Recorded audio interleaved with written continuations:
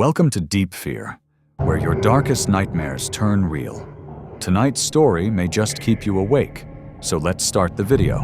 And don't forget to subscribe. There's a reason some mirrors are covered during storms. It's not about ghosts.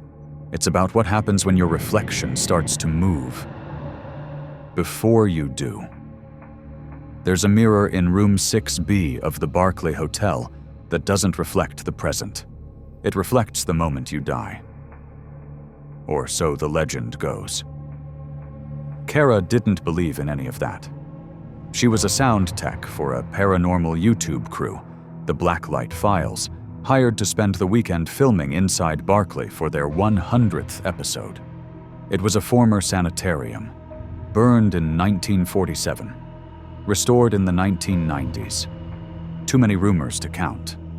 But one floor, the 6th, had been sealed ever since the fire.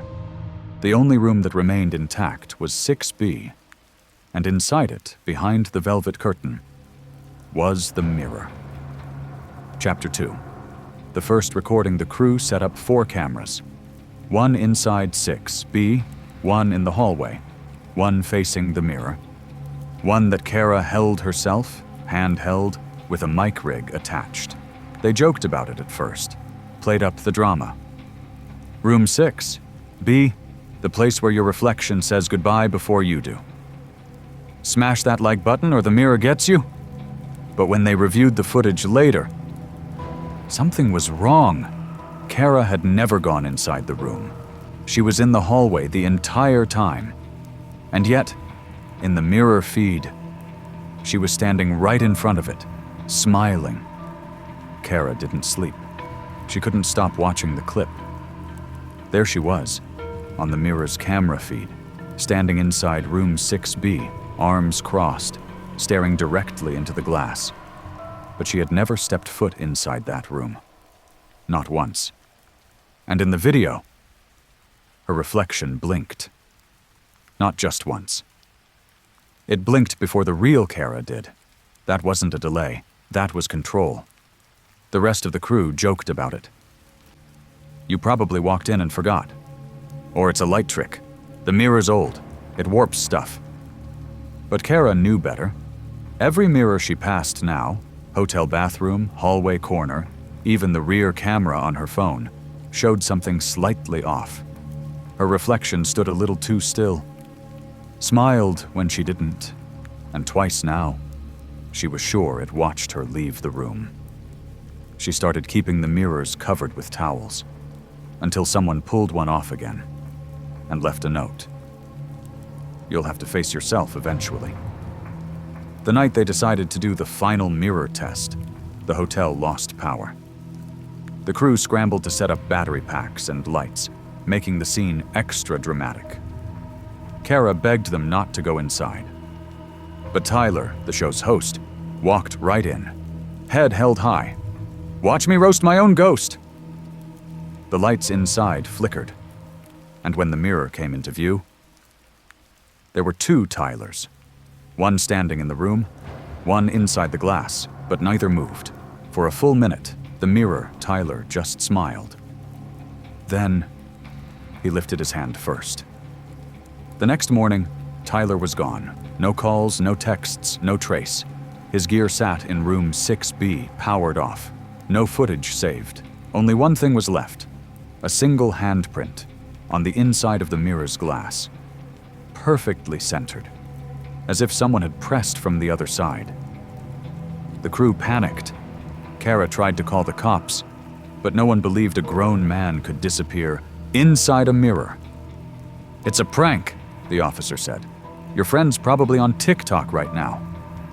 But Kara knew better, because that night, on her phone screen, in selfie mode, she saw Tyler standing right behind her. Kara stopped filming, stopped sleeping. She covered every reflective surface in her hotel room, screens, windows, faucets, but still she heard it. From her unplugged laptop, from her muted phone, even from her bathroom mirror wrapped in tape. A voice whispering, "Come back to 6B." It's not just you anymore." One night, she found her own camera rolling. She hadn't turned it on. The file name was replacementready.move. She opened it. The screen showed her, sitting in room 6B, staring at the mirror. And behind her, everyone else from the crew, all of them smiling. Kara went back one last time. She didn't bring a camera, she didn't bring her phone, just a flashlight. Room 6B was freezing. The air buzzed. The velvet curtain had already been pulled back. The mirror waited. Her reflection was already there, smiling. But then it did something different. It raised its hand, pressed it to the glass, and wrote something across the fog forming on the inside. "We look better than you." Kara dropped the light. The mirror cracked, not from her side, from inside. Kara ran, but the hotel was wrong now. Hallways she didn't recognize, doors in the wrong places, mirrors at every turn, even where there had been none. And in every one of them, her reflection wasn't following. It moved ahead of her, looked back, smirked. "You never knew how fake you looked," it whispered, "until I wore you." She reached the exit stairwell, but the glass door showed her standing still. Behind it, trapped. Weeks later, the Barclay Hotel was cleared of guests.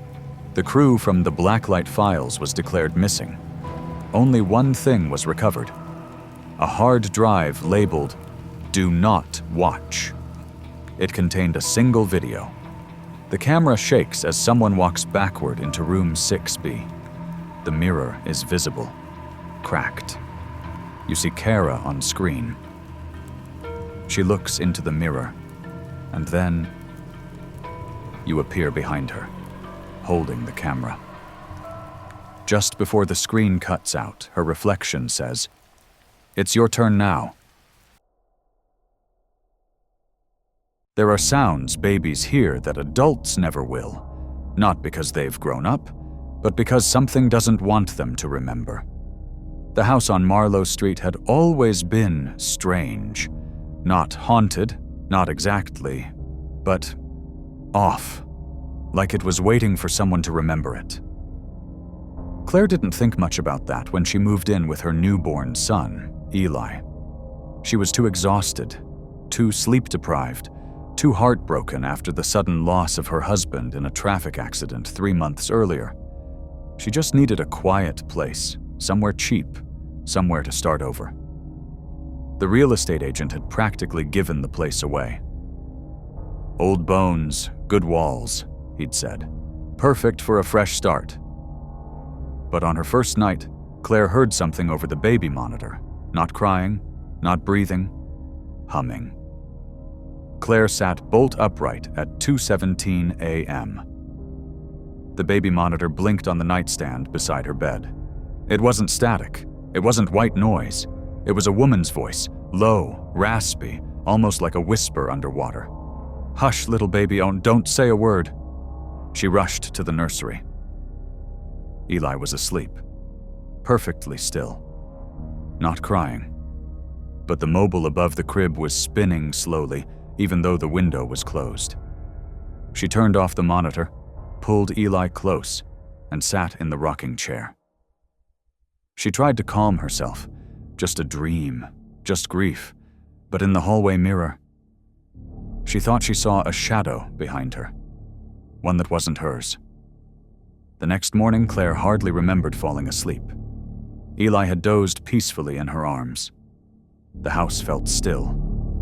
Too still. But when she woke, he wasn't in the rocker with her. He was back in the crib, sleeping. Claire froze. She was sure she hadn't put him there. She rushed to him. He was warm, breathing, peaceful. But something was under his hand, a piece of paper. Not folded, not torn. Clean, drawn in what looked like crayon. A red figure with long arms, standing next to a crib. Over the top, in shaky handwriting, it read, "She likes when he's quiet." Claire stared at it, heart pounding. Eli couldn't even hold a crayon yet. She searched the house top to bottom, Every closet, every cupboard. The windows were all locked. No sign of anyone else. But then, while checking the hallway upstairs, she noticed something strange. There was a door that didn't appear on the floor plan. Narrow, faintly warped, painted over in beige, almost invisible against the wall. She tried the knob. Locked. When she leaned closer, she heard something from inside. Wood creaking, like footsteps. And beneath that, a soft hum, a lullaby. "And if that mockingbird don't sing..." She stumbled back, hand trembling on the wall. The door didn't just feel shut, it felt sealed, like it wasn't meant to open. That night, Claire dug out the old baby monitor from the box it came in. There was a note inside. Folded, faded, written in neat cursive, torn from a notebook. "Don't tune to channel 3. If you hear humming, turn it off. If it responds, you've already lost." She stared at the words. Her hands went cold. She turned the dial to channel 3. At first, nothing but static. Then a faint hiss. Then a voice. Not hers, not human. "You opened the door, even if you didn't mean to." She yanked the plug. But from the nursery, Eli began to hum. Claire hadn't touched the old toy box in the nursery. It was already there when she moved in, tucked in the corner, hand-painted with faded animals. A giraffe, a bear, a bird with 2 heads. The lid had warped over time, swollen with moisture. It hadn't budged since she arrived. Until now? That morning, it was wide open. And inside? There were no toys. Just 3 things. A baby doll with its face scratched off. A small music box. And a torn corner of wallpaper with something drawn on the back. Claire picked it up. It showed a tall figure with hands like branches and eyes that were red dots, dripping ink. Underneath, written in smeared pencil, "She comes when the music stops." Claire turned the music box key, carefully. It played a warped version of Rockabye Baby, every note dragging slightly behind the last. Halfway through, it hiccuped, stuttered, and stopped. Click. From behind her, the baby monitor turned on. She hadn't plugged it in. And from the speaker, "You shouldn't have wound it." The light in the nursery flickered.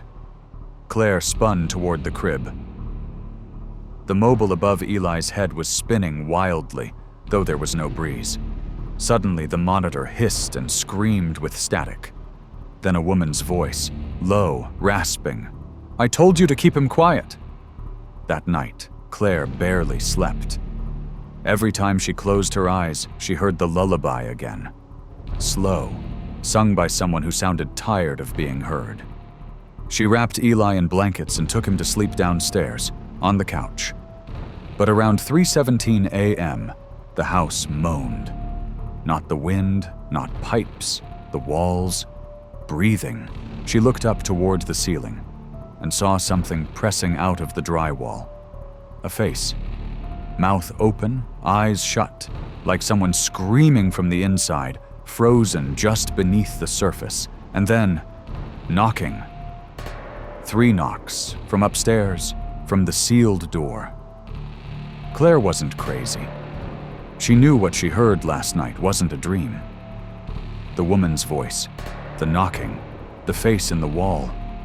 But what chilled her the most happened the next morning.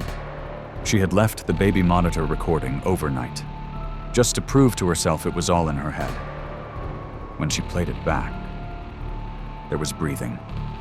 Soft, low. And then, "Clary Bear." Claire's chest froze. That nickname, Clary Bear, was something only one person had ever called her. Her mother. Her mother who died 30 years ago. The voice didn't sound like her, but it used her words. And then, after a short silence, "Come play upstairs." That evening, Claire heard a soft click from upstairs. She crept to the hallway. The sealed door, the one that was painted over, the one that never opened, was now ajar. Inside was dust, cobwebs, dolls stacked in the corners like a shrine. And on the floor, a baby blanket, the same one her mother had hand-stitched when Claire was a baby. It had her initials in the corner, C.E. She hadn't seen it since her childhood home burned down. It was lost forever.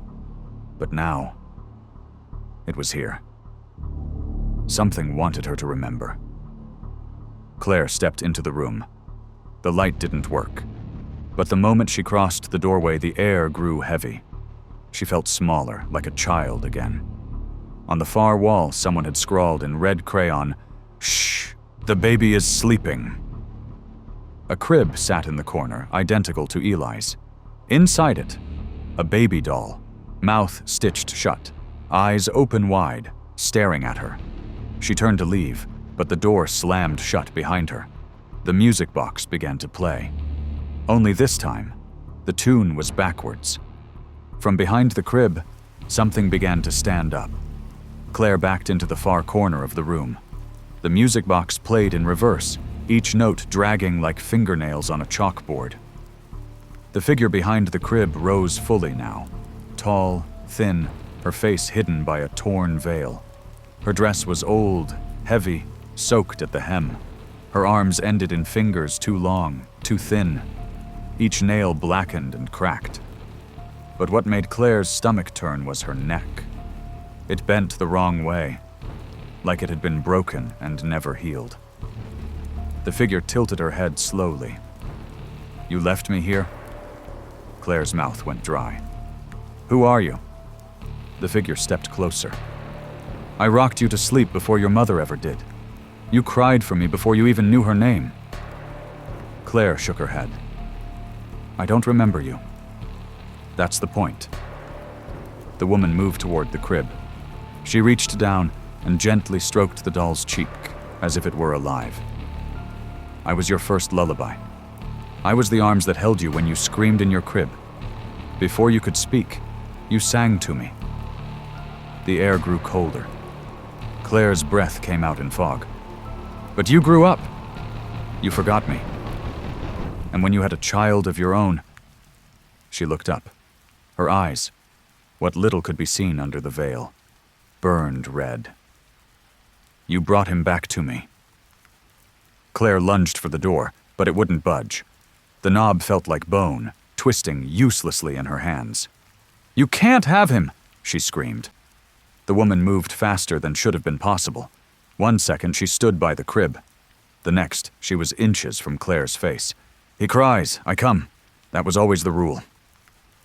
Claire felt something slip into her hand. The music box. The lid snapped shut, and the song cut off. The room went still.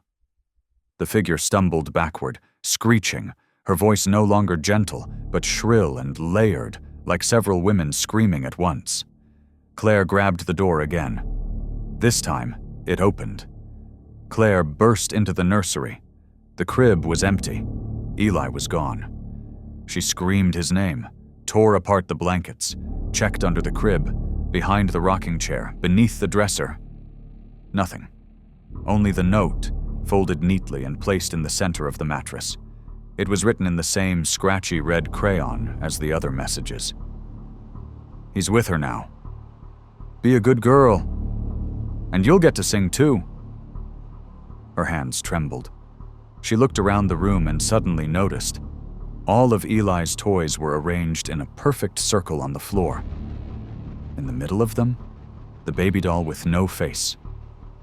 Claire clutched the monitor, turned it back on, desperate.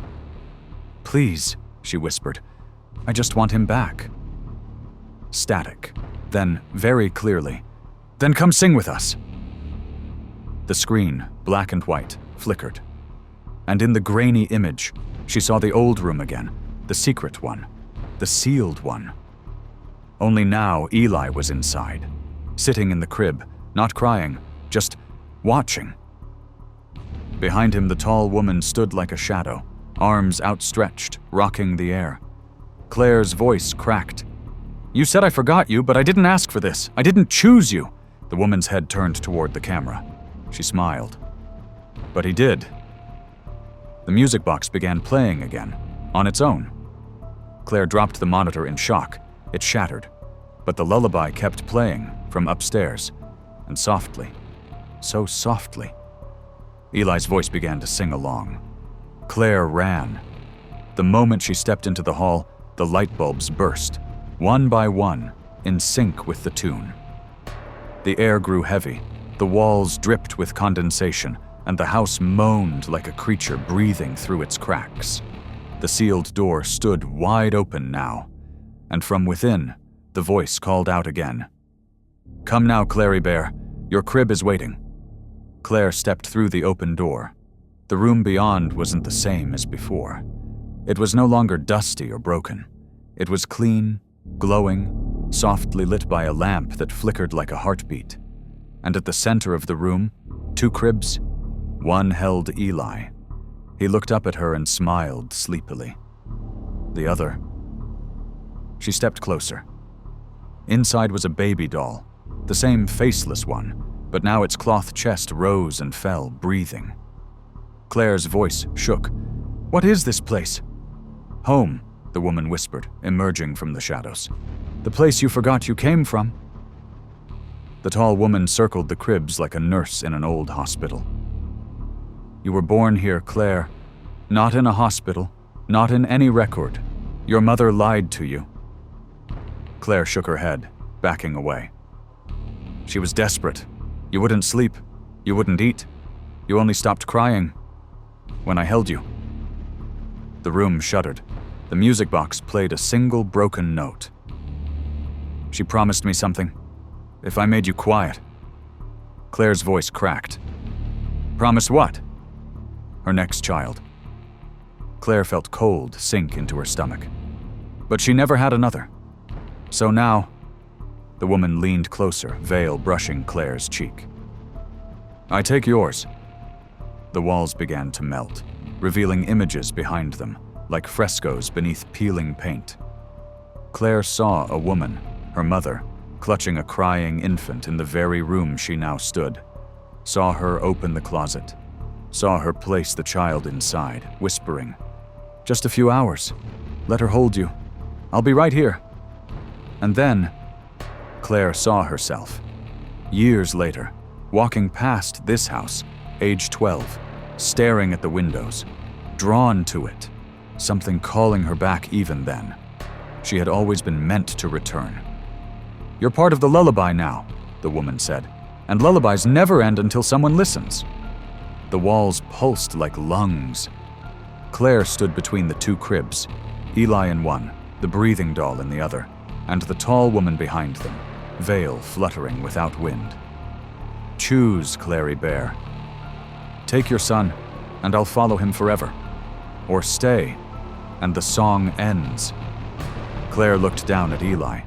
He didn't cry. He never cried in this room, because she was here, holding him, rocking him, singing to him.